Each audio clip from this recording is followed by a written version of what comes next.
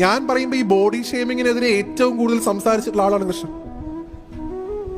ഭഗവാൻ വൃന്ദാവനത്തിൽ നിന്ന് മധുരയിലേക്ക് പോയപ്പോ ഭഗവാന് കുരി തുടർന്ന് തോന്നി. ഗോപിക്കുരി എപ്പോഴും ഉണ്ടല്ലോ, കളഭം.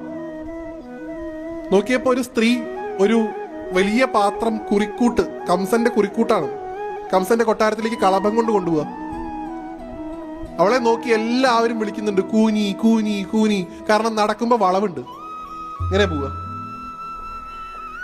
കൂനിയാണ്, കുബ്ജ എന്നാണ് അവരുടെ പേര്. കൂനി കൂനി നടക്കുന്നു. എല്ലാരും കൂനി എന്ന് വിളിച്ചപ്പോ ഒരാള് മാത്രം ഉറക്കെ വിളിച്ചു, സുന്ദരി. കളിയാക്കി വിളിച്ചതല്ല കേട്ടോ. സുന്ദരി, നിന്റെ കയ്യിലിരിക്കുന്ന കളഭം എനിക്ക് തരുമെന്ന് ചോദിച്ചു. അവൾ അവളുടെ ജീവിതത്തിൽ ആദ്യമായിട്ടാണ് ഒരാള് സുന്ദരി എന്ന് വിളിക്കുന്നത് കേൾക്കുന്നത്. നോക്കിയപ്പോ ഭഗവാൻ മഞ്ഞ പട്ട കൊടുത്ത് നല്ല പൊലിനഖമാലയൊക്കെ ചാർത്തി മയിൽപ്പീലിയൊക്കെ വെച്ചിങ്ങനെ മുമ്പിൽ നിൽക്കുക. ഉടനെ അങ്ങോട്ട് വിളിച്ചു, സുന്ദര, എന്റെ കയ്യിലുള്ള കുരി മൊത്തം നിനക്കാ, അതായിരിക്കുന്നു. ഭഗവാൻ നല്ലൊരു ഗോപിക്കുരിയൊക്കെ തൊട്ടു, ഏട്ടനും തൊട്ടു കൊടുത്തു, ഒപ്പം വന്ന ഗോപിമാർക്കൊക്കെ തൊട്ടു കൊടുത്തു.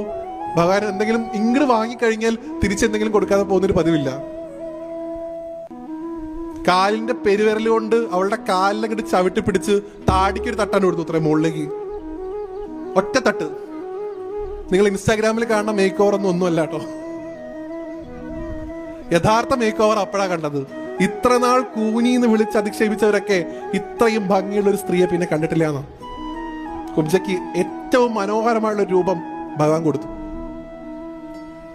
ആദ്യമായിട്ട് പുരാണത്തിലുണ്ട്, നമ്മുടെ പാരമ്പര്യത്തിലുണ്ട് ഈ ബോഡി ഷേമിങ്ങിനെതിരെ പ്രതികരിച്ചൊരു ഗുരുവായൂരപ്പൻ. ഇതൊന്നും നമ്മൾ എവിടെയും പറയില്ല. നമ്മൾ എന്താ പറയാ, ചേല കട്ടു, വെണ്ണ കട്ടു, കർണനെ ചതിച്ചു വന്നു, അല്ലേ?